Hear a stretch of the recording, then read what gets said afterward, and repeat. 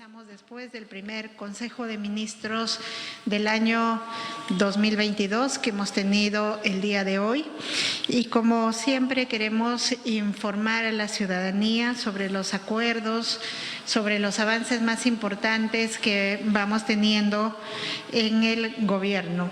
Es un momento complicado para el país seguramente por la confirmación de la llegada de la tercera ola de la pandemia, pero nuestro gobierno quiere dar respuestas oportunas, adecuadas. Estamos preparando para enfrentarnos de la mejor forma a esta nueva ola pandémica que se nos presenta. Esta sería la primera conferencia de prensa del año. Pero ustedes saben que desde que asumimos esta responsabilidad estamos tratando de cumplir con estos espacios informativos que es importante para transparentar también la gestión. Y este día también estamos iniciando un ciclo de conferencias de prensa por sectores. El día de hoy vamos a empezar con el balance de la gestión del 2021 y las perspectivas para el 2022, que lo haremos justamente por sectores durante 2 semanas. Cada día estarán presentándose 2 o 3 ministros que harán este balance y estarán también aptos para responder a las interrogantes que se presenten respecto a la gestión. En esta ocasión vamos a iniciar estos balances con el Ministerio de Desarrollo e Inclusión Social y también con el Ministerio de Agricultura y Riego, que el día de hoy darán justamente cuenta de lo que ha sido la gestión del 2021 y cuáles son las expectativas para el 2022. También estamos con la presencia de nuestro ministro de Salud, Hernando Ceballos, que va a informar sobre las medidas que vamos adoptando frente a la tercera ola del COVID-19. Entonces, vamos a ir informándoles oportunamente también qué ministerios van a estar presentes en cada una de estas conferencias de prensa. Y creo que es muy importante para nosotros en este momento seguir con esta práctica de las conferencias, de transparentar nuestra gestión. El año 2021 ha sido un año difícil, también con crisis económica, política, pero hemos sabido salir adelante y creo que es muy importante ir reflejando cuáles han sido los principales logros que a pesar de las circunstancias hemos tenido y también seguir reforzando el diálogo como estrategia para nuestra labor y para recuperación de la confianza de los peruanos y peruanas. Entonces, el día de hoy también quiero informar cómo uno de los principales acuerdos de nuestro Consejo de Ministros es que este día viernes 7 de enero vamos a tener también nuestro Consejo de Ministros descentralizado, siguiendo una práctica que se instauró desde el inicio del gobierno del presidente Castillo. Queremos acercarnos más a las regiones y cumpliendo con un compromiso, el 7 de enero estaremos en la ciudad de Moquegua para realizar este consejo descentralizado y lo estaremos realizando además adoptando las medidas de bioseguridad pertinentes para evitar cualquier riesgo, pero a la vez cumplir con este compromiso que teníamos con la región de Moquegua. Igualmente, el día de hoy en el Consejo de Ministros, uno de los principales puntos abordados, y ya lo explicará con detenimiento nuestro ministro de Salud, ha sido justamente el tema de cómo controlar esta tercera ola pandémica y garantizar salud a la población en estas circunstancias, ¿no? Entonces, queremos transmitir un mensaje de precaución, por un lado. Creo que en este momento todos los peruanos y peruanas tenemos que adoptar una actitud de precaución, pero también tomar esta situación con tranquilidad, porque creo que ambos aspectos son necesarios para poder enfrentar de la mejor manera una circunstancia como la que estamos atravesando. Hago un llamado a la población a, justamente en este marco de la precaución, seguir adoptando las medidas de bioseguridad, el distanciamiento, respetar los aforos. Recuerden que esta ola nos está cogiendo con un avance del 80% de la población vacunada. Sin embargo, dado a que esta variante que ha llegado al Perú es mucho más contagiosa y puede causar una serie de síntomas, creo que tenemos que complementar esto con una serie de medidas de cuidado, protección, no bajar la guardia frente a la lucha contra la pandemia. Y frente a esto también, como les repito, hay que mantener la tranquilidad, porque como gobierno estamos en realidad asumiendo con mucha responsabilidad la preparación para esta tercera ola. Y solamente hacer un llamado a la ciudadanía también para que asuma también con mucho cuidado, con mucha diligencia, que estas prácticas para cuidarnos, continuar con nuestras labores, pero protegiéndonos, siempre no olvidar usar la mascarilla, estar en espacios abiertos, eso es fundamental, creo. Ya tenemos aprendizajes y ya tenemos una serie de momentos que hemos vivido, digamos, dentro de esta pandemia, y creo que hay que volver a recordarnos todas estas medidas que tenemos que adoptar.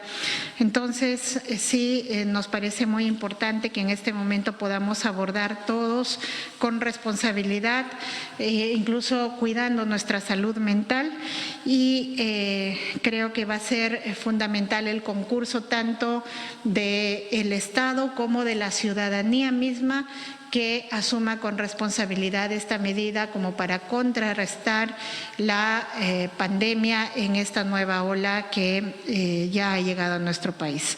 Voy a dar la palabra justamente a nuestro ministro de Salud para que nos pueda explicar de manera detenida las acciones que estamos tomando en este momento para enfrentar la tercera ola. Adelante, por favor, ministro. Sí, muy buenas tardes, señora Premier, señora ministra, ministros, señores miembros de los medios de comunicación, compañeras, compañeros. Efectivamente, yo voy a tratar de no ser redundante porque ayer ya anunciamos en conferencia de prensa de este tema. En todo caso, voy a puntualizar los aspectos centrales que se han conversado en el Consejo de Ministros para su información. Efectivamente, estamos ya en una tercera ola en nuestro país. Esto se determina en función de la cantidad de contagios y la velocidad con que se están dando en las últimas semanas, ¿no? De hecho, yo quiero volver a repetir que en cifras exactas, según el CDC, que es un organismo del propio Ministerio de Salud, el primer reporte del acumulado de casos sintomáticos confirmados en la semana 50 fue de 5.152 casos.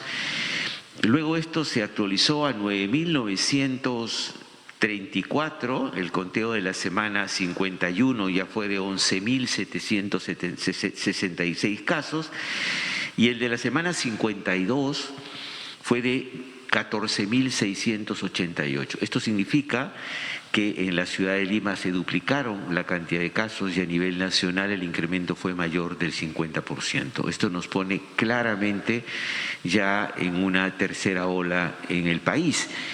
¿Qué significa para el ciudadano que nos esté escuchando una tercera ola? Significa de que estamos en un nivel de contagios por esta variante Delta y la variante Omicron, que es la variante nueva, que se viene dando de manera bastante acelerada y rápida, lo cual nos obliga a redoblar los esfuerzos de cuidados individuales y colectivamente.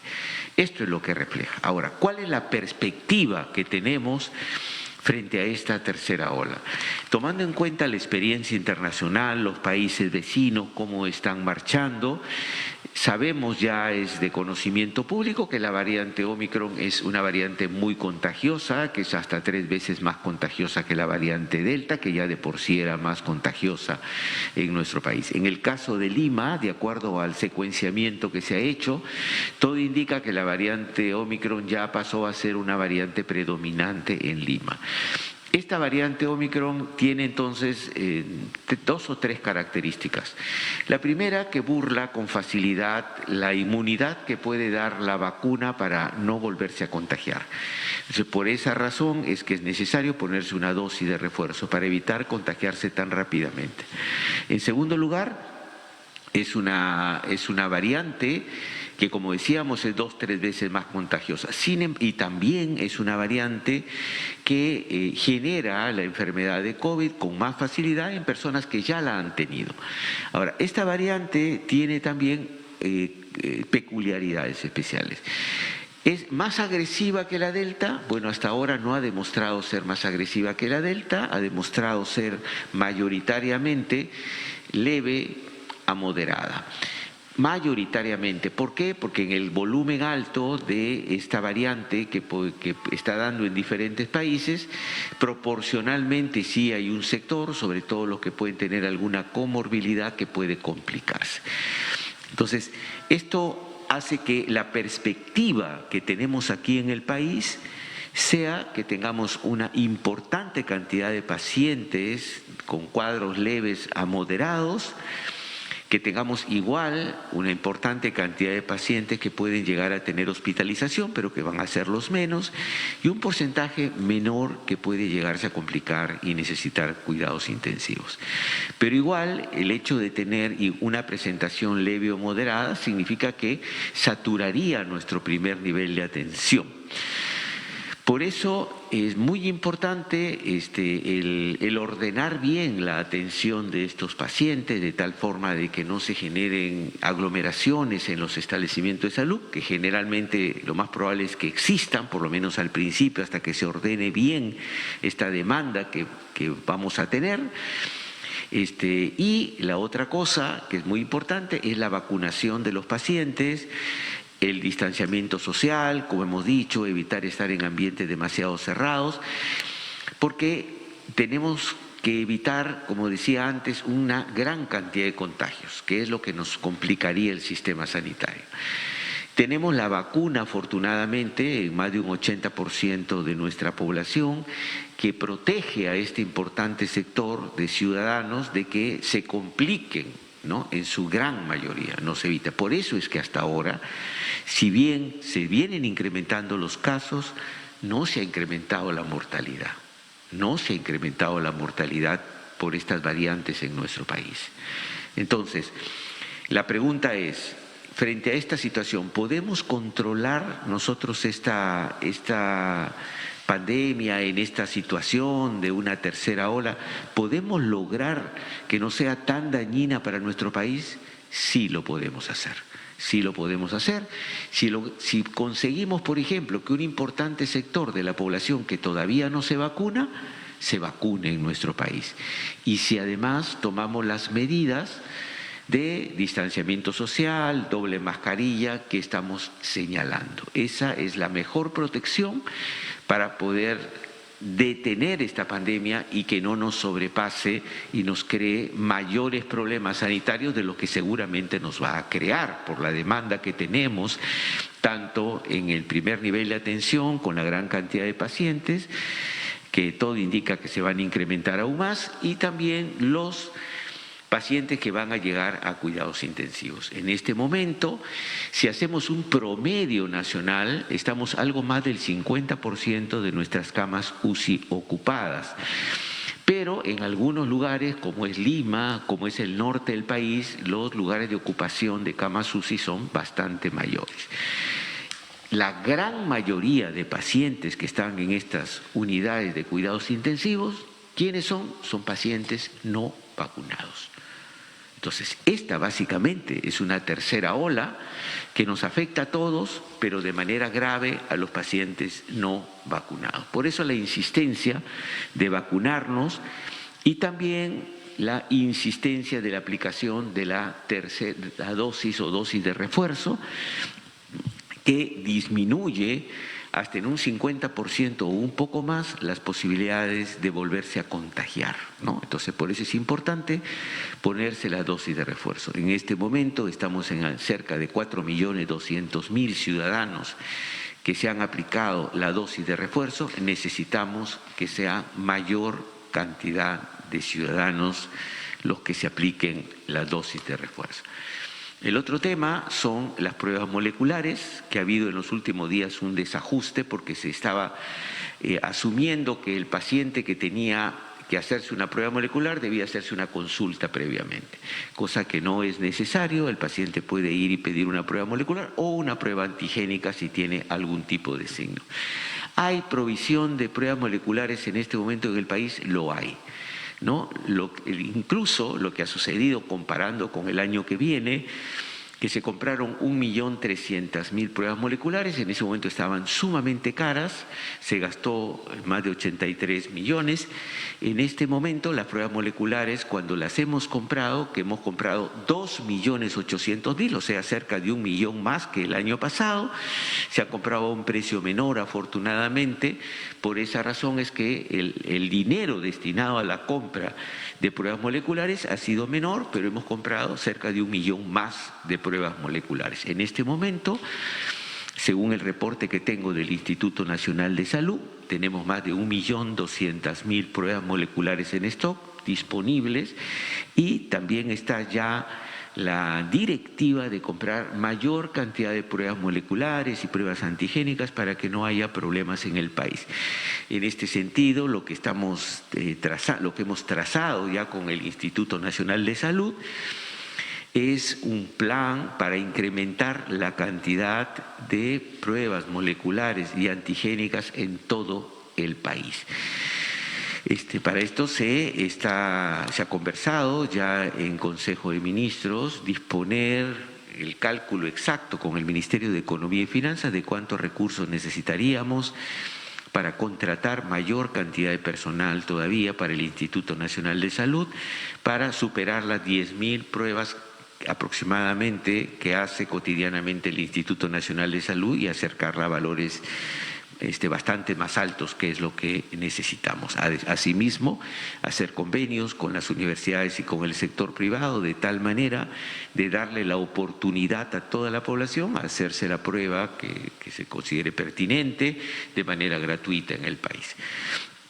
Bueno, esta es más o menos la situación por la que estamos, o sea, lo cual significa que tenemos posibilidades de contención, digamos, de esta pandemia, pero no podemos tener la seguridad de que la presentación de esta pandemia con la variante Ómicron no nos pueda crear problemas en el sistema sanitario. Un sistema sanitario que no se resuelve su capacidad operativa en 4 o 5 meses, porque necesitamos obviamente tener mayor infraestructura, que no se resuelve en 5 meses, necesitamos tener mayor cantidad de recursos humanos especializados, que necesitan 3 o 4 años para su formación. En fin, son problemas crónicos en el sistema de salud peruano, pero que hemos avanzado, hemos comprado más de 64 plantas de oxígeno, ahora tenemos arriba de las 400 plantas de oxígeno en nuestro país. También hemos incrementado el número de camas, esperamos en 10 días que lleguen 300 camas UCI más y en el mes de febrero que lleguen otras 300. Esta es una preocupación permanente del gobierno, pero debemos entender que, por ejemplo, Estados Unidos y otros países de Europa tienen amenaza de colapso de su sistema sanitario, que son mucho más fuertes que los nuestros a partir de la gran cantidad de pacientes que se están generando. Así que el aspecto que tiene que ver con el cuidado que tenemos que tener, con la vacunación, son elementos muy importantes que tenemos que cumplir para poder protegernos en un sistema sanitario como el peruano, que tiene sus límites, ¿no?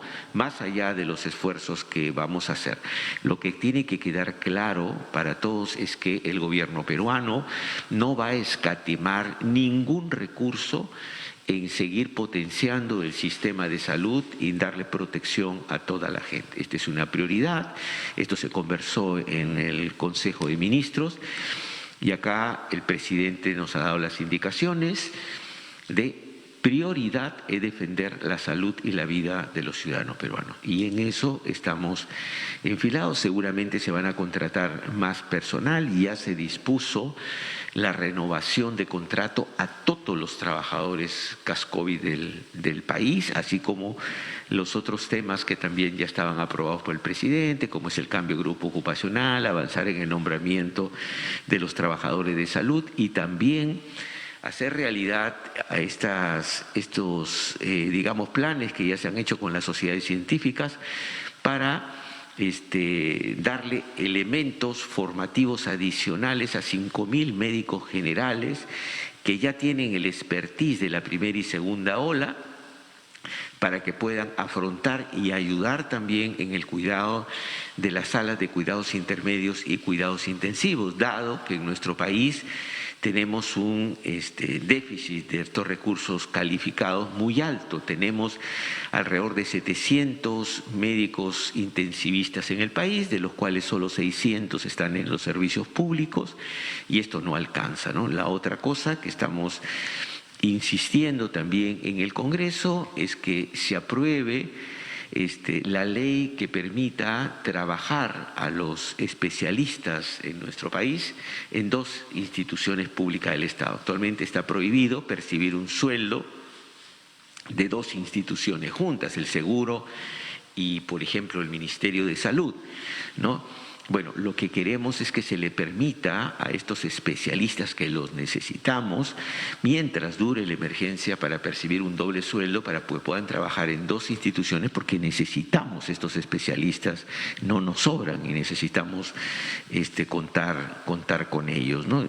Ayer lo hemos explicado en la comisión COVID y hemos encontrado la mejor recepción por parte de los congresistas. Esperemos que esto rápidamente se vea en el Pleno, ¿no? Que es la ley de doble percepción remunerativa, para que se pueda aprobar y podamos tener mayores recursos en el país. Por otra parte, también se ha dispuesto la conformación de 750 centros de diagnóstico, puntos COVID, para que los pacientes puedan concurrir allí a descartar si tienen o no tienen COVID o si es un resfrío, porque la presentación clínica del COVID con la variante Omicron es diferente a lo que ya conocíamos. Muchas veces es cansancio, muchas veces ni siquiera es un poco de tos, sino es una molestia en la garganta o un poco de dolor de cabeza o malestar general.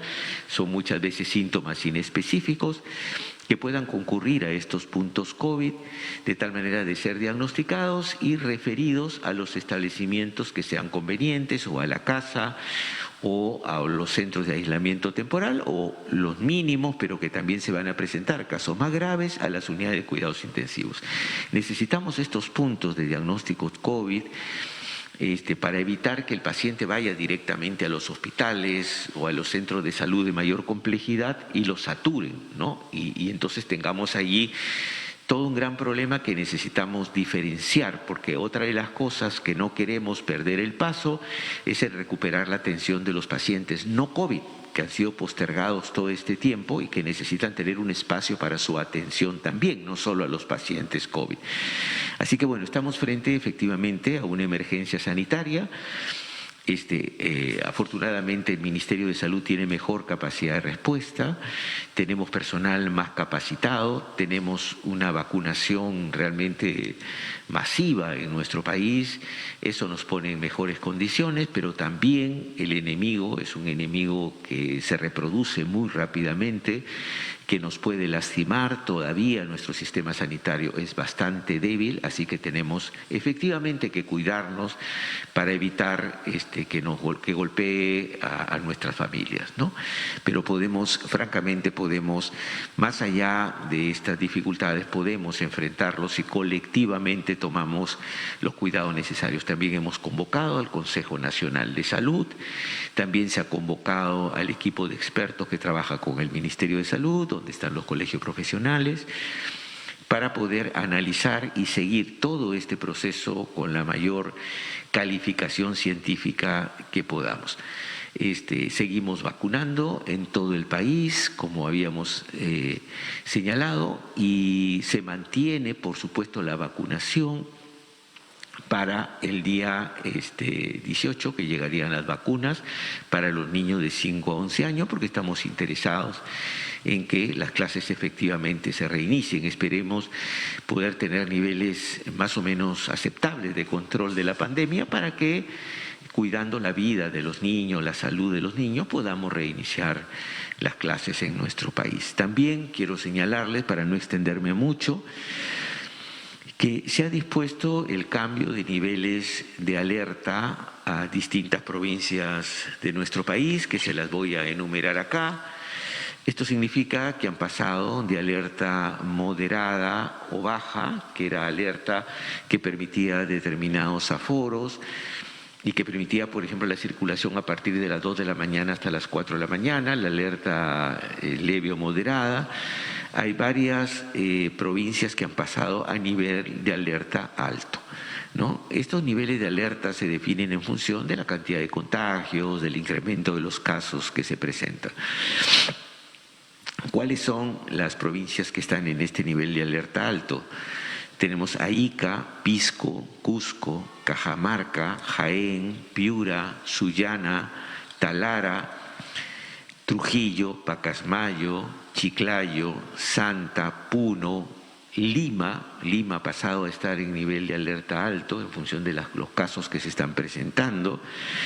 Huaura, provincia constitucional del Callao, Bagua, Chachapoyas, Tacna, Huancayo, Satipo, Mariscal Nieto, Hilo y Tumbes. Estas son las provincias que pasarían a nivel de alerta alto, lo cual significa no se modifica el cuadro del decreto supremo anterior, simplemente pasan a una escala mayor con algo más de restricciones, ¿no?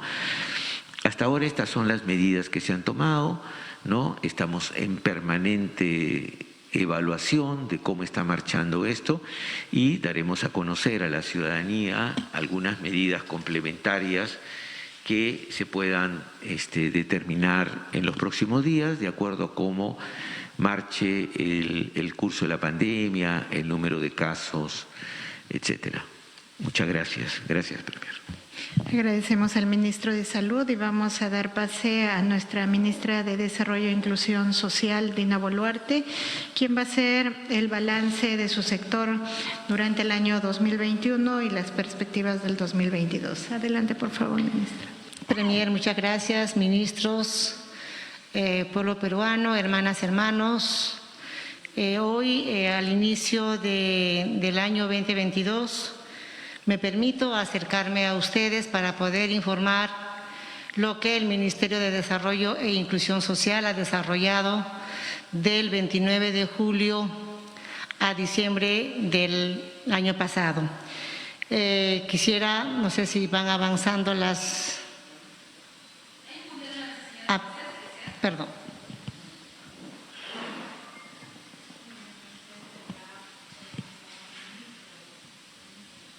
La ministra de Desarrollo e Inclusión Social, Dina Boluarte, procede a realizar un balance sobre las actividades que ha realizado en su cartera, en su sector, desde que empezó ella el 29 de diciembre del año pasado. Escuchemos. El pueblo peruano es que el MIDIS en el 2021 brindó la atención a 8 millones de beneficiarios de programas sociales. Respecto a julio del 2021 se incrementó en un 20%, que corresponde a 1.3 millones de beneficiarios adicionales. Se atendió a 1.6 millones de personas vulnerables a través de la entrega de canastas de alimentos mediante el Decreto Ley 1472, incrementándose en 300% con respecto a julio del 2021. En el fortalecimiento del desarrollo infantil temprano, la siguiente, por favor. Ahí, a través del programa CUNAMás, se atendieron a 176.510 usuarios del servicio del cuidado diurno y acompañamiento a familias que recibieron consejería sobre el COVID-19 y salud mental, acercándoles el kit de higiene para asegurar el desarrollo integral en la primera infancia. Esta gestión implementó el piloto de reactivación de servicios presenciales, beneficiando a 2.700 niñas y niños hasta de 36 meses en 13 regiones. Las regiones en que implementamos el piloto presencial fue en Ancash, Apurímac, Ayacucho, Cajamarca, Callao, Huancavelica, Ica, Junín, La Libertad, Lima, Loreto, Madre de Dios y Ucayali. Gracias a Dios, durante este piloto, desde su inicio a la fecha, no hemos recibido reportes de contagio de COVID ni ninguna otra enfermedad, tanto de nuestras madres cuidadoras como de nuestros niños y niñas. Asimismo, en el 2021 hemos inaugurado 11 locales nuevos de CUNAMás. Tenemos, por ejemplo, en Ocongate, Quispicanchi, Cusco, el CUNAMás Cusi-Huahuacuna, en San Sebastián, Cusco, en la localidad de San Antonio, en Lamay, Calca, Cusco, la Asociación de Tejedoras Santa Rosa de Lamay. En Calca, Cusco, hemos entregado el local comunal San José de Urco. En Maras, Urubamba, también entregamos un CUNAMás. En Chincheros, Urbamba, igual. En Chincheros, Apurímac, igual. En Cerro Prieto, Sala Guadalupe, en Ica. En Los Angelitos de Donapo de San Ildefonso, La Tinguiña, en Ica. Las Poncianas, Chau, en Virú, La Libertad. Esta es una de las más grandes CUNAMás que hemos entregado a la localidad de La Libertad, en el distrito de Chau. Y finalmente el local municipal Convenciones en Olmos, Lambayeque. Dentro del programa Juntos, al 2021 se atendió a más de 660.000 hogares que recibieron incentivos monetarios por el cumplimiento de corresponsabilidades en salud y educación. Esto es de que las mamás o los papás tienen la responsabilidad de cumplir con sus vacunas de los niños y que los chicos también respondan con su adecuada información educativa. En el mes de octubre, más de 48.000 hogares con niños menores de 1 año y gestantes recibieron la transferencia primaria infancia de 100 soles adicionales por el cumplimiento de nuevas corresponsabilidades de salud que promueve el acceso al paquete integrado de servicios. Más de 208.000 hogares recibieron el servicio de visitas al hogar y orientación telefónica para promover prácticas saludables y el seguimiento nominal en 21 regiones.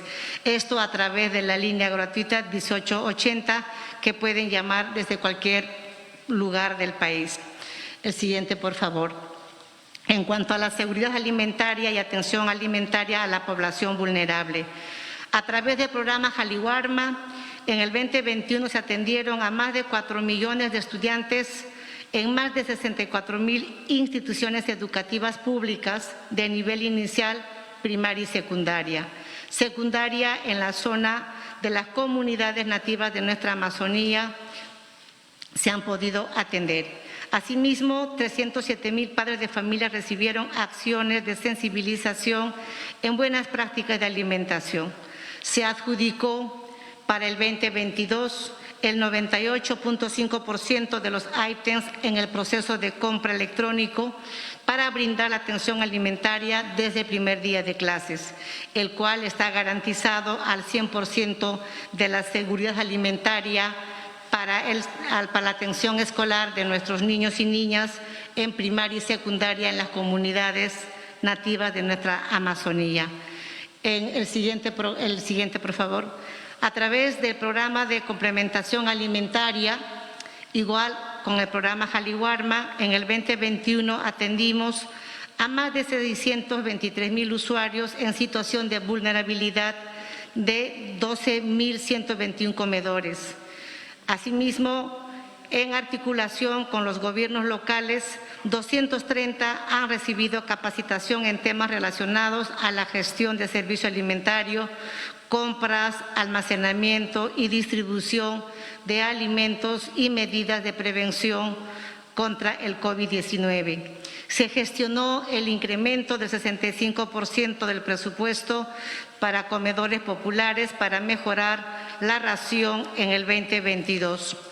Mediante el Decreto Supremo 227-2021, el gobierno del presidente Pedro Castillo dispuso la transferencia de cerca de 100 millones de soles al programa Jaliwarma con la finalidad de atender con alimentos a la población en situación de vulnerabilidad por la pandemia del COVID-19, siendo esta la mayor suma de dinero que el Ministerio de Economía y Finanzas ha transferido al MIDIS para la adquisición de alimentos. Estos recursos directamente provenientes del Tesoro Público han sido utilizados el 100% únicamente en compra de alimentos, sin destinar ninguna suma para gastos administrativos. El siguiente, por favor. Dentro de la preocupación de la inclusión económica y emprendimiento y gestión territorial, a través de FONCODES en el 2021 se brindó atención a más de 50,000 hogares rurales que han iniciado la ejecución de proyectos Hakuwiñay Noa Hayatay, que en español significa Vamos a Crecer, quienes recibieron la asistencia técnica, capacitación y dotación de activos con una inversión de 233,5 millones, contribuyendo al desarrollo de capacidades productivas de emprendimiento, apoyando de esta manera a las hermanas y hermanos de las comunidades rurales a tener calidad de vida con cocinas mejoradas, con huertos familiares cuyos productos salen al mercado local y de esta manera puedan generar ingresos para sus hogares y tener una mejor calidad de vida. A través del programa País hemos atendido a más de 590, la siguiente por favor. A través del programa País hemos atendido a más de 590,000 ciudadanos en las zonas más alejadas del país, permitiendo su acceso a servicios del Estado como el derecho a la identidad, salud, educación, protección social, justicia, desarrollo productivo, inclusión financiera, entre otros. Se culminó la construcción de 7 nuevos tambos, las mismas que se ubican en las regiones de Ancash 1, Cajamarca 1, Junín 1, Loreto 3, Puno 1. Así también se hicieron 46 campañas de acción social realizadas, llevando servicios de identidad social, vacunas contra el COVID, inclusión financiera y protección social a 274 comunidades nativas en Loreto, Ucayali y Puno.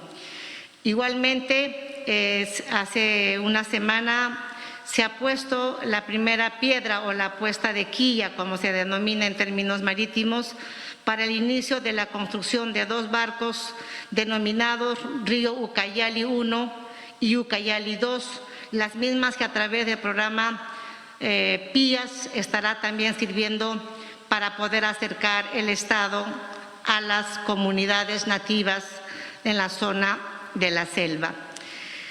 En cuanto a la protección, la siguiente por favor, en cuanto a la protección al adulto mayor y personas con discapacidad vulnerable, a través del programa Contigo, en el 2021 se atendió a más de 74,000 personas con discapacidad severa, con una subvención monetaria bimestral de 300 soles, con la finalidad de elevar su calidad de vida. Se renovaron más de 33,000 autorizaciones para el cobro de la pensión de menores de edad, reduciendo en 5% la brecha de autorizaciones a fin de garantizar el acceso efectivo a la pensión que brinda el programa. 5,814 usuarios recibieron orientación y consejería psicológica a través de llamadas telefónicas a la línea de atención al usuario 644-9006 de Contigo Te Escucha.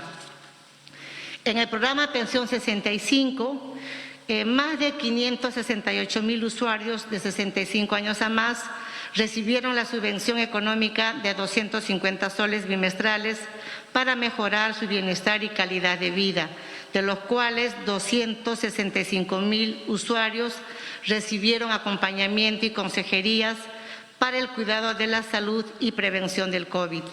Se aprobó la normativa de criterios de priorización de nuevos usuarios con variables de vulnerabilidad, atendiendo a más de 13,000 nuevos usuarios de centros poblados amazónicos y a más de 5,338 adultos mayores con discapacidad.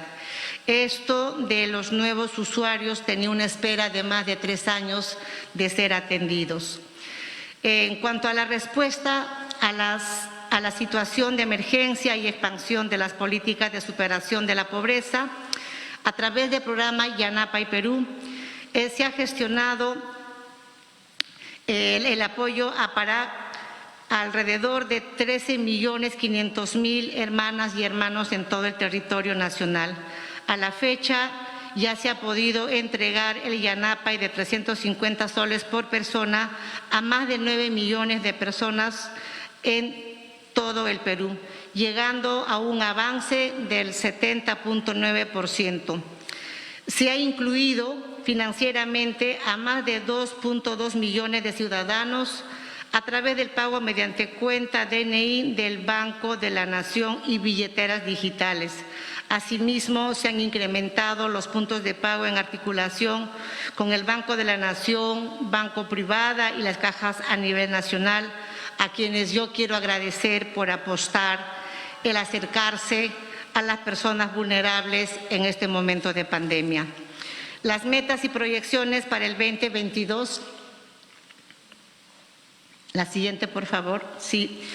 En el programa CUNAMás se atenderá a más de 176,264 usuarios y continuará la reactivación presencial de los servicios a más del 70% de usuarios.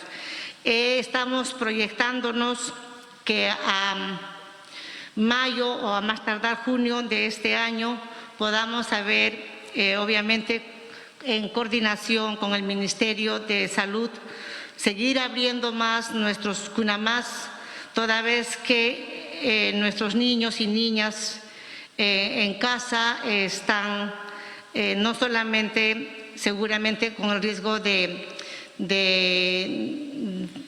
tener otras enfermedades como el tema de seguramente psicológicas, porque el desarrollo en esta temprana edad es tan importante estar en interrelación con otras personas de su misma edad.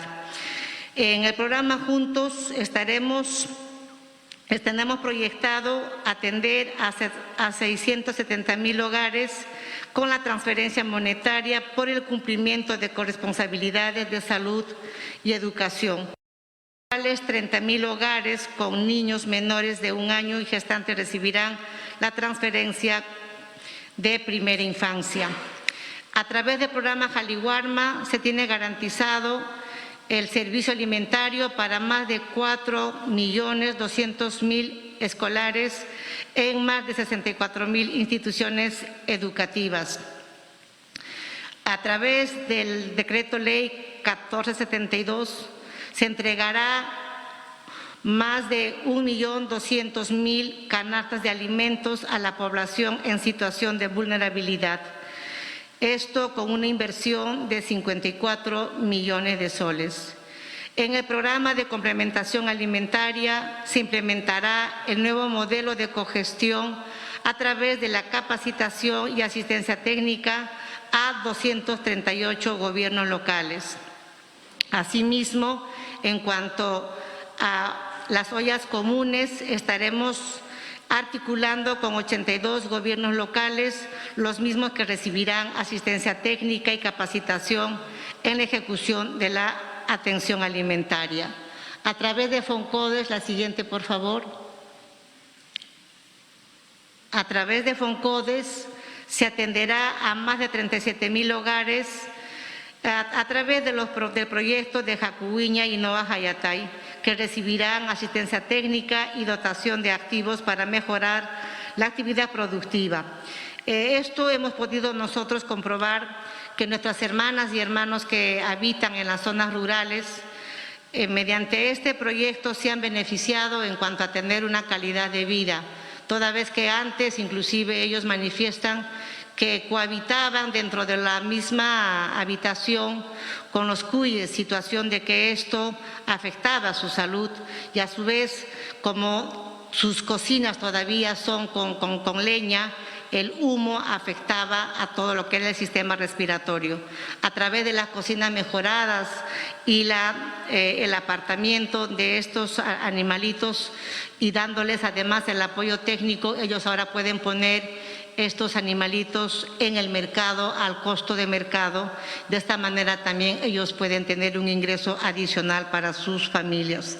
A través del programa País se brindarán más de 2,6 millones de atenciones a favor de 532.000 ciudadanos.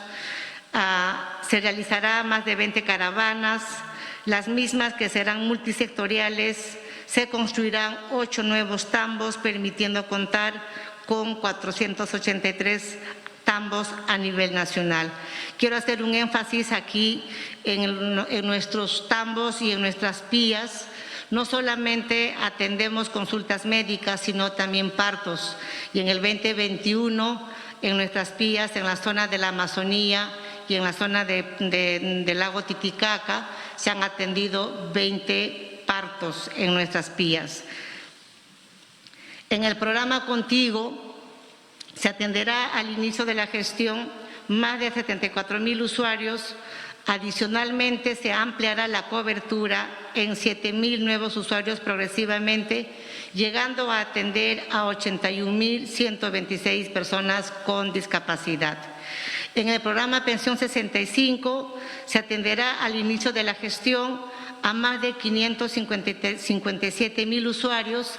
Asimismo, se incorporará a 45.000 nuevos usuarios, por lo que al finalizar el año atenderemos a 613.000 adultos. Finalmente, quiero decir al pueblo peruano de que el Ministerio de Desarrollo e Inclusión Social ha ejecutado el 98.3% de su presupuesto, por lo cual yo quiero agradecer a la familia Midis, a todo el equipo que se ha desplegado a nivel nacional para hacer un trabajo eficiente, transparente y sobre todo con cero tolerancia a la corrupción. Muchas gracias, pueblo peruano. Muchas gracias. Agradecemos a la ministra de Desarrollo e Inclusión Social y le damos pase a nuestro ministro de Desarrollo Agrario y Riego. Muchas gracias, Premier. Saludar a la prensa escrita, radial, televisiva que nos acompaña. A través de ellos también saludar a todas las mujeres del campo, a todos los hombres del campo. En efecto, nosotros estamos llevando este gran desafío de llevar adelante el proceso de la segunda reforma agraria.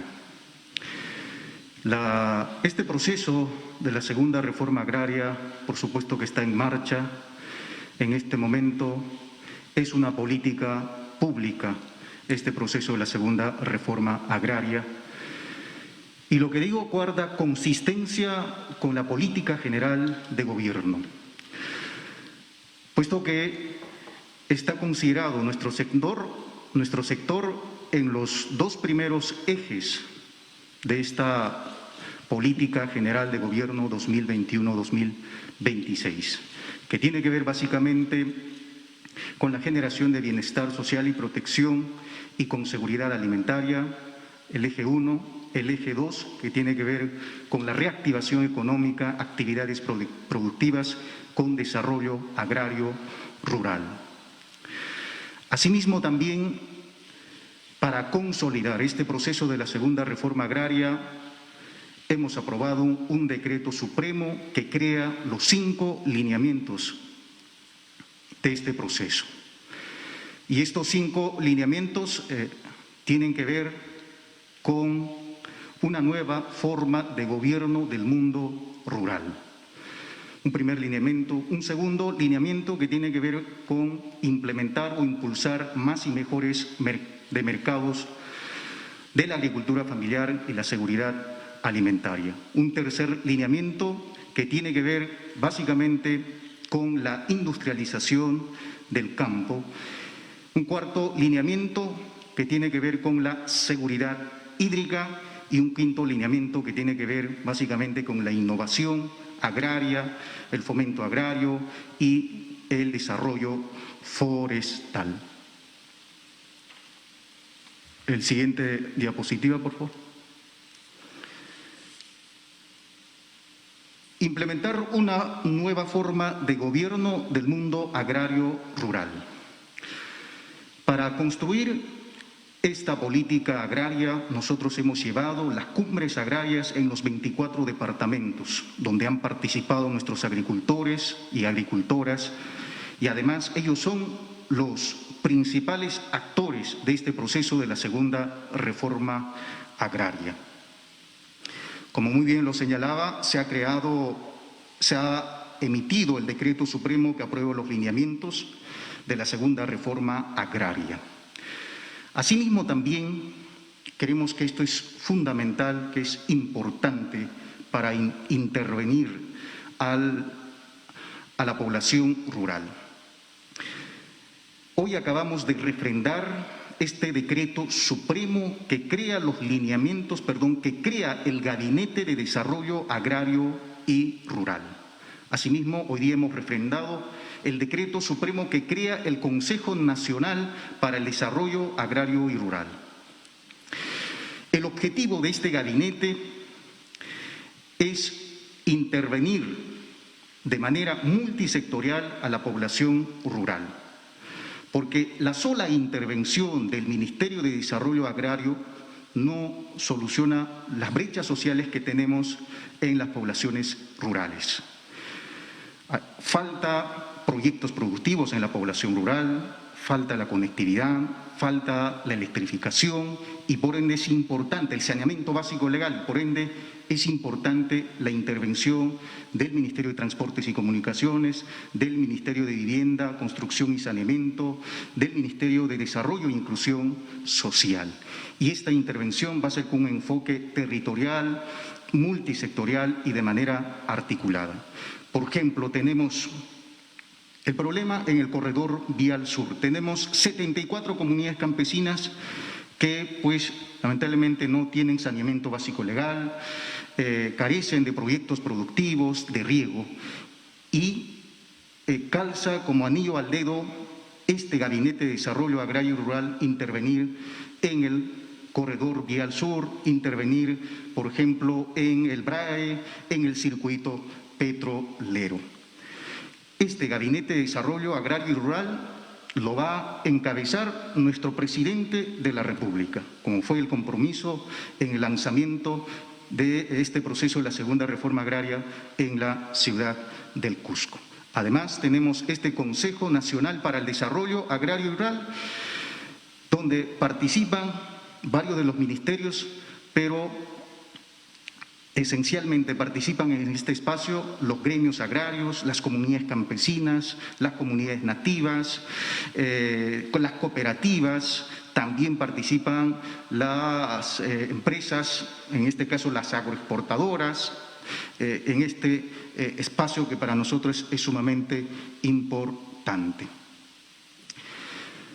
Y por otro lado, tenemos este segundo lineamiento, ¿no? Impulsar más y mejores mercados para la agricultura familiar y la seguridad alimentaria.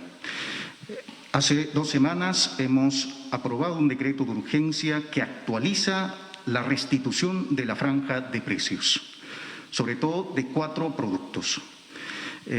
Productos lácteos, asimismo también arroz, azúcar, principalmente estos productos, y lo que busca este decreto de urgencia es principalmente proteger al productor nacional frente a los productos que nuestro país también compra de otros países, que son productos, que son alimentos subsidiados, ¿no?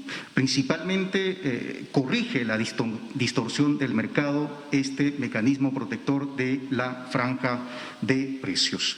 Asimismo, también en nuestro periodo hemos creado 3 mercados agropecuarios en 3 capitales de regiones.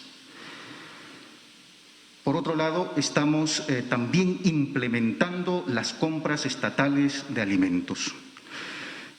Esto es una gran oportunidad para nuestros agricultores, para las asociaciones, para las cooperativas, porque hoy podrán ser estos agricultores, las cooperativas, las comunidades campesinas nativas, ser proveedor del Estado, que puedan vender sus productos a estos programas sociales que tenemos en el Ministerio de Desarrollo e Inclusión Social y en el Ministerio de la Mujer.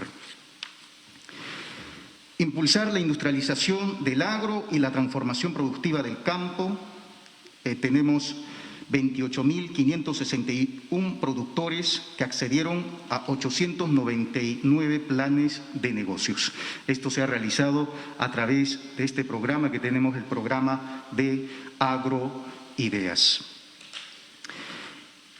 Uno de los ejes centrales y uno de los pilares de este proceso de la segunda reforma agraria es generar la seguridad hídrica e incrementar el desarrollo de infraestructura de riego. En estas cumbres agrarias que hemos desarrollado en los 24 departamentos, los agricultores, los productores piden a grito reservorios, microreservorios, canales de riego, siembra cosecha de agua. Y por eso casi la mitad de nuestro presupuesto está destinado a generar la seguridad hídrica en la población rural. Tenemos 26.158 hectáreas agrícolas bajo riego con infraestructura entregadas en el año. Tenemos 4.472 hectáreas agrícolas bajo riego tecnificado con infraestructura, y en este año, bueno, el año pasado, 2021, se han construido 391 collas.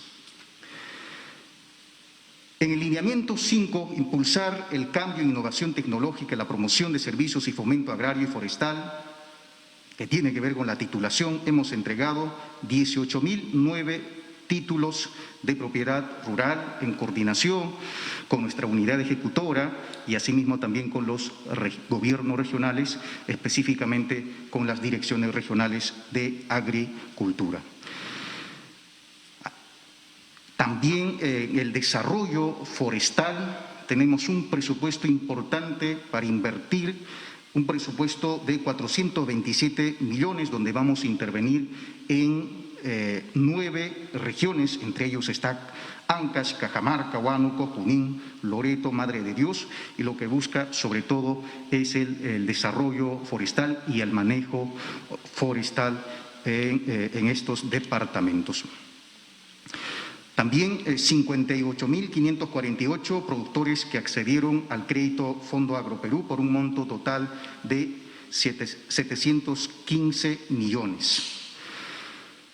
Creemos que en este proceso de la segunda reforma agraria, la mujer del campo también es uno de los pilares importantes que vamos a poner atención, y por eso hemos asignado un presupuesto, en la ley del presupuesto, valga la redundancia, hemos asignado presupuesto de 30 millones de soles para la estrategia de emprendimiento de la mujer rural indígena. También en el lineamiento, impulsar el cambio e innovación tecnológica, tenemos 417.382 hectáreas de bosques con plan de manejo forestal. Asimismo, también 27.305 productores capacitados y asistidos. Seguimos trabajando a través de de INIA, Instituto Nacional de Innovación, en mejorar las semillas y también la transferencia tecnológica. La siguiente diapositiva, perspectivas al 2022. Vamos a continuar con 5 lineamientos del proceso de la segunda reforma agraria. Nueva forma de gobierno, instalación e implementación del Gabinete y el Consejo de Desarrollo Agrario y Rural. Fortalecimiento de la organización del MIDAGRI. Consideramos que es importante también una reforma institucional, ¿no?, del Ministerio de Desarrollo Agrario y Riego, un ministerio que esté al servicio de los pequeños agricultores y sobre todo de la agricultura familiar. Mercados para la agricultura familiar. Vamos a implementar programa de compras estatales por 214 millones de soles que beneficiarán a cerca de 100.000 productores de la agricultura familiar. Asimismo también 24 mercados de productores agropecuarios en 24 capitales de regiones o departamentos en coordinación con los gobiernos regionales. Industrialización del agro y la transformación productiva del campo. 26.741 productores que acceden a 759 planes de negocio con una inversión de 117 millones de soles a través del programa que se tiene, el programa Agroideas. Generar seguridad hídrica, incrementar el desarrollo, la infraestructura de riego. Nuestro objetivo para el 2022 es construir 500 cochas y así vamos a también proteger nuestras cabeceras de cuenca, donde pues están estos recursos hídricos que tienen que ver para el riego y para el agua potable. Asimismo, también tenemos un presupuesto importante, un programa importante de recarga hídrica que vamos a intervenir en 14 departamentos en el año 2022 por un monto de 346 millones por un periodo de 5 años. Impulsar el cambio e innovación tecnológica, la promoción de servicios y fomento agrario y forestal, el quinto lineamiento. Vamos a financiar 500 emprendimientos, capacitación, asistencia técnica con mujeres rurales organizadas y este presupuesto que se va a ejecutar de 30 millones. Tenemos 6 nuevas variedades liberadas a través del Instituto Nacional de Innovación Agraria, 62.400 productores que accederán a crédito Agro Perú.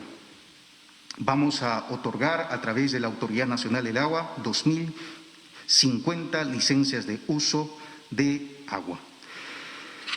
Y finalmente, hoy nosotros estamos también asumiendo esta responsabilidad del alza de precio de los fertilizantes. Frente a ello hemos aprobado 2 decretos de urgencia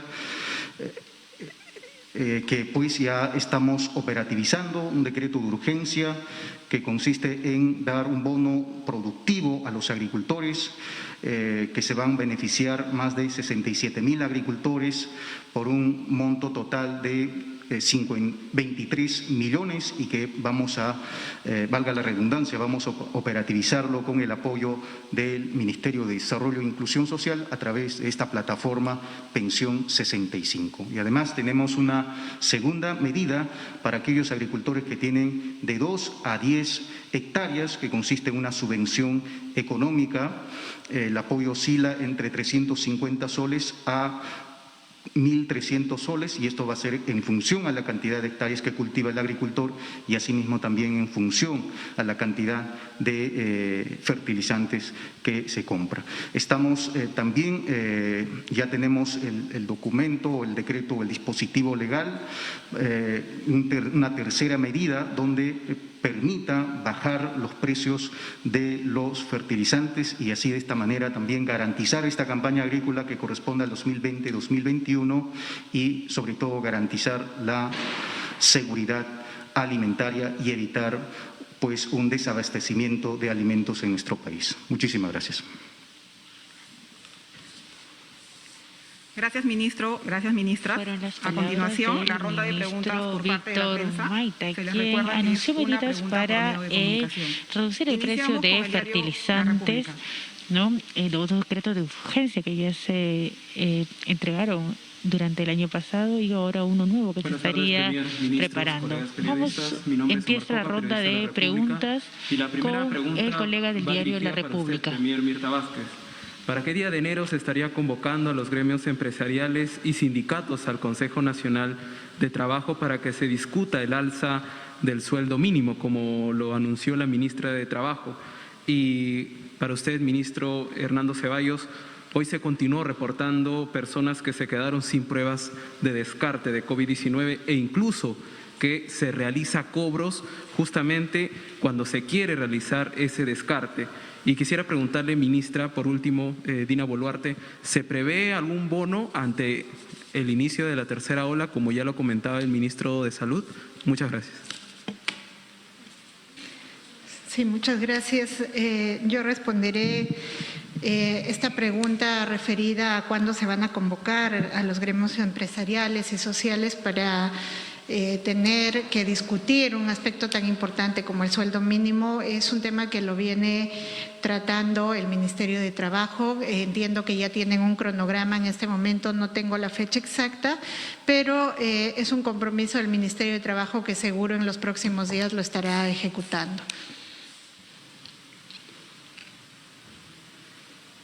Sí, con respecto a su pregunta, en realidad son tres partes de la pregunta, ¿no? La primera es que el Ministerio de Salud cuenta con suficientes pruebas moleculares en este momento. Lo que sí, yo me acabo de comunicar con los directores de la DIRIS, que además para señalarles que han debido establecer con claridad, ¿no?, que en los distintos establecimientos se debió abrir la posibilidad de más pruebas moleculares y no solamente supeditar las pruebas moleculares a la consulta médica, ¿no? Entonces, este es un tema que ya se ha corregido. Ahora, en tercer lugar, tengo entendido que había una protesta de los trabajadores, no por falta de pago, sino una protesta porque lo que quieren es asegurar sus contratos, algún sector de trabajadores CAS-COVID, su contrato como CAS-COVID para el año que viene. Pero esto realmente ya lo había aclarado el presidente de la República, que se va a renovar el contrato a todos los trabajadores CAS-COVID. Y hoy justamente acabamos de aprobar en Consejo de Ministros, con la presencia del representante del Ministerio de Economía y Finanzas, justamente los recursos para que se les renueve a todos los compañeros CAS-COVID sus contratos. Así que yo entiendo que este tema ya debe estar regularizado porque supuestamente es una molestia para la gente que va a hacer cola y no se la atiende, y la disposición es que sí se la atienda. Y en tercer lugar, si hubiera alguna denuncia por algún cobro, ¿no?, en los establecimientos, debe quedar absolutamente claro que estas pruebas son gratuitas y deben ser denunciado cualquier cobro en cualquier dependencia del sector salud, ¿no? Gracias. La siguiente pregunta. Sí. Al inicio del año no está programado ningún bono, toda vez de que el bono Yanapay, su cobro está programado hasta el mes de abril. Como estamos todavía no al 100% de este cobro, así es que esperamos más bien que la población acceda a la plataforma www.yanapay.gov.pe o a la línea 101 para poder verificar si son usuarios o no y hacer cobro de este bono Yanapay Perú, que estará vigente hasta el mes de abril. Gracias. Continuamos con Nacional TV. Continúan las preguntas de prensa. Buenas tardes con todos, mi nombre es Esta Antonio vez Quiroz. Mi pregunta va para Nacional el TV. ministro de Salud, Hernando Ceballos. De acuerdo al incremento de casos de COVID-19 en el país, estando ya en una tercera ola, nos comenta que se mantiene la idea de que los niños asistan a clases semipresenciales. Teniendo en cuenta la seriedad del caso que ha transmitido sobre la variante Omicron, ¿qué determinaría que asistan o no a las clases semipresenciales? Agregando también, por otro lado, que hay puntos de descarte de COVID-19 donde hay mucha gente y lamentablemente se atienden a pocas personas. ¿Algún tipo de plan para que se pueda acortar la afluencia de personas interesadas en realizarse la prueba correspondiente? Muchas gracias. Sí, muchas gracias. Sí, ya hemos señalado que se están instrumentando en este momento 750 puntos a nivel nacional para que se haga el descarte de las pruebas COVID. Entendemos que mucha gente quiere hacerse el descarte de la prueba COVID, ya sea la prueba molecular o la prueba antigénica. Esto es absolutamente lógico. Lo que ha habido es una gran afluencia el día de ayer y sobre todo el día de hoy a los establecimientos de salud. La disposición es que se agilice y se le hagan las pruebas que sean necesarias para la población. En este sentido está clarísimo y las pruebas son totalmente gratuitas. En relación con los niños de 5 a 11 años, acá lo que primero tiene que primar es la salud del niño. Nosotros no vamos a correr ningún riesgo con los niños de 5 a 11 años. En este momento, la programación es que la vacunación empieza el 20 de enero y se va a mantener esta vacunación a partir del 20 de enero. Eso está ya resuelto, tenemos las vacunas y tenemos los calendarios, se va a descentralizar la vacunación a todas partes. Si se inician o no se inician las clases en marzo, hasta este momento se inician las clases en marzo. Por supuesto que hay situaciones epidemiológicas que permanentemente tenemos que evaluar, porque acá de lo que se trata es de actuar con responsabilidad. Pero hasta este momento lo que está planteado por el Poder Ejecutivo, y esperemos que el Ministerio de Educación, que también tiene mucho que ver en esto, también acompañe esto, es que empiezan las clases presenciales que las necesitamos, ¿no?, en el mes de marzo. Gracias. Continuamos con Exitosa.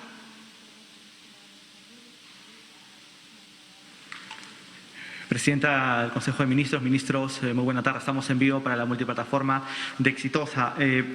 Queremos que quede clara la información porque se ha anunciado que Lima y Callao y otras provincias entran al nivel de alerta alta, pero según la información que tenemos y el decreto supremo que ha sido emitido hoy, hablamos del decreto supremo número 186-2021-PCM, Lima y Callao no aparece en los niveles altos. Entonces, si nos puede dejar claro, porque también el mismo decreto establece que eso entre en vigencia hoy. En teoría entendemos que desde hoy en Lima y Callao el toque de queda tendría que ir desde las 11 de la noche y que los centros comerciales tendrían que cerrar a las 10 de la noche.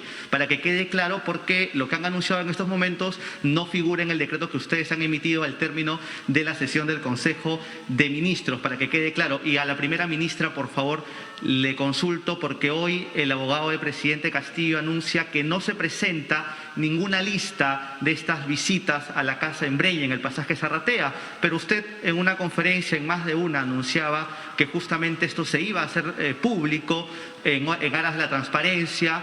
¿Cómo queda entonces lo que usted ofreció ante lo que expone el abogado del presidente Pedro Castillo? Y solo para cerrar, respecto al retorno a clases, si bien han adelantado ya que hasta hoy se va a dar ello, en todo caso, ¿cuáles serían los criterios para que esto pueda retrasar el reinicio de las clases escolares? Y sobre todo porque entendemos que se tendría que haber iniciado ya esta semana con el mejoramiento de las diferentes instituciones educativas a nivel nacional para que tengan las condiciones de recibir el año escolar con la presencialidad. Muchas gracias, ministros. Sí, a ver, me parece, no sé si usted tiene la información correcta o el PCM no la tiene, pero lo cierto es que el decreto supremo que se acaba de aprobar sí incluye a Lima y Callao. Bueno, esto es lo que se ha aprobado. Sí incluye en el nivel de alerta alto, eso que quede claro, ¿no? Si ha habido algún problema ahí en la redacción, probablemente, pero esto es lo que queda para que no haya ninguna duda. Están en alerta alto, lo cual significa que efectivamente se modifica el horario, ¿no?, de circulación a las 11 de la noche y también los aforos a los distintos lugares que figuran ya en el decreto supremo ya aprobado con anterioridad. Por otra parte, en relación con el inicio de las clases, hasta ahora, de acuerdo a la situación epidemiológica que tenemos, señalamos que las clases se reinician en el mes de marzo y la vacunación empieza en el mes de enero. Eso es lo que tenemos hasta ahora. Obviamente, si uno ve la realidad de Europa y de otros países, tiene que ser cauto en el sentido, hasta ahora inician en el mes de marzo, queremos que inicien en el mes de marzo, pero tendremos que ir evaluando toda la situación epidemiológica como corresponde, de manera responsable con los niños de nuestro país. Sí, muchas gracias. Respecto a la pregunta sobre el tema de las listas, que son información probatoria, yo quiero manifestar que reiteramos lo que yo dije hace algún tiempo, que el presidente está dispuesto a transparentar información. Ahora, esto está ya bajo un proceso legal y hace algunas semanas el presidente de la República ya tiene una defensa legal constituida y dependerá de ellos cómo se administra, cómo se presenta o cómo se maneja la información probatoria. Es de ahora en adelante la defensa legal quien se hace cargo de estos temas. En segundo lugar, el tema del reinicio a clases, decir que el Ministerio de Educación se encuentra ya desde hace varios días preparando todo un plan para el retorno a clases. Esto indiferentemente de la llegada de la tercera ola que ya se tenía previsto, pero el ministro de Educación está trabajando además multisectorialmente todo este plan, este cronograma. Tenemos complementariamente para el inicio a clases todo el programa de vacunación de los niños y niñas y creo que esto va a complementar y a reducir los riesgos. Seguimos con el mismo objetivo de empezar en marzo las clases presenciales y en este momento también estamos asumiendo una serie de compromisos a nivel de todo el gabinete para ayudar a conseguir este objetivo. Muchas gracias. Finalizamos la conferencia con el diario Perú 21. Buenas tardes, ministros. Primera ministra, Carolina Bayona, de Perú 21. Primera ministra, repregunta respecto al anterior tema. El 1 de diciembre del 2021, en conferencia de prensa, usted prometió que iba a transparentar las visitas, el presidente Pedro Castillo, que tuvo en el despacho presidencial clandestino de Breña. Hoy su abogado ha indicado de que no van a entregar esa lista porque no existe.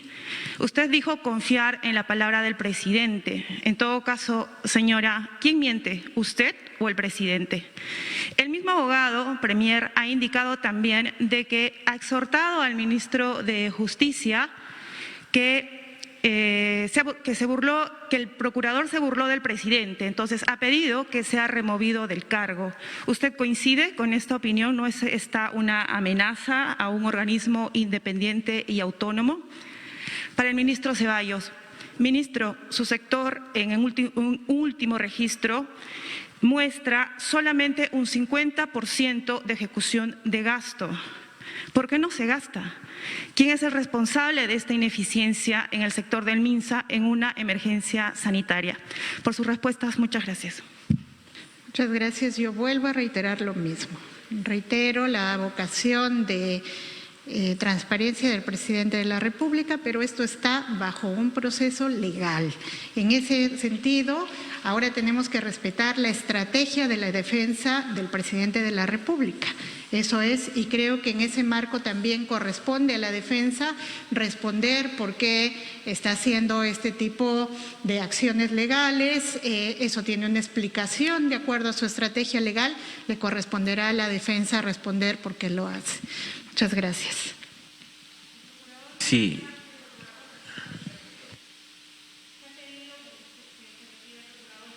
Bueno, se le consulta a la presidenta del Consejo de Ministros sobre las listas de Zarratea y lo declarado por el abogado del presidente Pedro Castillo sobre el procurador del Estado. Mire, vamos a escuchar lo que le vuelvo dice. a repetir que son parte de las estrategias legales que tiene la defensa del presidente. Ellos tienen una explicación para plantear esos temas y seguramente a ellos les corresponde responder cuál es la motivación. Nosotros, demás, yo creo que tenemos que decir que desde el Ejecutivo, y también lo ha dicho el presidente el día de ayer, respetamos escrupulosamente la independencia de los poderes, de las autoridades correspondientes. Vamos a respetar esa independencia, pero creo que la defensa del presidente de la República tiene todo el derecho a plantear las estrategias que le parezcan convenientes. Bueno, Sí, con respecto a su pregunta, yo creo que hay que señalar dos cosas. En primer lugar, una cosa es el proyecto institucional modificado del 2021 y su ejecución presupuestaria al 31 de diciembre. A nivel del sector salud, MINSA, más organismos públicos, más DIRESA, ¿no? Aquí el nivel de ejecución fue del 89.2% de un proyecto institucional modificado de 13.000 millones. A nivel de pliego MINSA más organismos públicos, el nivel de ejecución fue de 87.6% de un proyecto institucional modificado de 10.000 millones. Y a nivel de la unidad ejecutora MINSA, solo MINSA, fue el 87.9% de un proyecto institucional modificado de 2.000 millones de soles. Donde efectivamente hay un nivel de ejecución bajo es en el área de inversiones para infraestructura, que tenía un avance hasta el mes de fines de julio del 21% y se logró llegar al 50%. Si me pregunta si estamos satisfechos con eso, le digo que absolutamente no.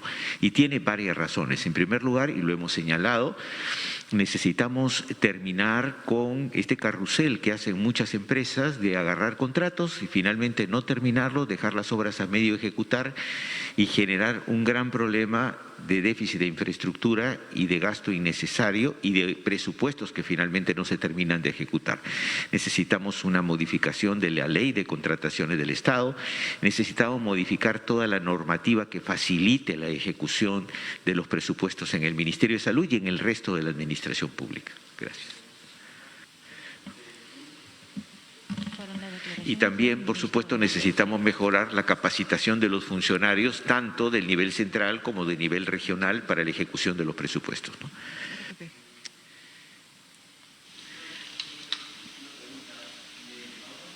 Fueron las declaraciones del ministro de Salud, Hernando Ceballos, quien aclaró que Lima Metropolitana y el Callao ingresan a nivel alto de alerta por la COVID-19, lo cual implica modificaciones en las restricciones sanitarias. Esto incluye el toque de queda, que a partir de la entrada en vigencia de la norma sería desde las 11 de la noche. En tanto, los colegas de prensa continúan realizando preguntas, ¿no?, tras esta importante conferencia de prensa brindada por la jefa del gabinete ministerial y los 3 ministros que la acompañan. La ministra de Desarrollo e Inclusión Social, Dina Boluarte, ofreció un balance de su gestión. Escuchemos al titular del sector. Investigados ya por Contraloría y por el órgano de control interno también del Ministerio de Salud. Hay efectivamente funcionarios del Ministerio de Salud que están siendo investigados para ver cuáles son los niveles de responsabilidad. Este proceso se continúa y lo está manejando la propia Contraloría, ¿no? Pero repito, son procesos que vienen de la gestión anterior y que nosotros, por supuesto, tenemos que seguir ejecutando. Con respecto a su segunda pregunta, le doy la total razón. O sea, aquí no puede haber excusas, hay normas ya establecidas para evitar las aglomeraciones, independientemente que entremos en campaña política. Sé que es complejo esto por el estilo, por el perfil de las campañas políticas en nuestro país, pero no pueden convertirse las campañas políticas en esta coyuntura tan grave que tenemos por la presencia del Ómicron, ¿no es cierto?, en caldos de cultivo para que se incentive la propagación del virus. Gracias.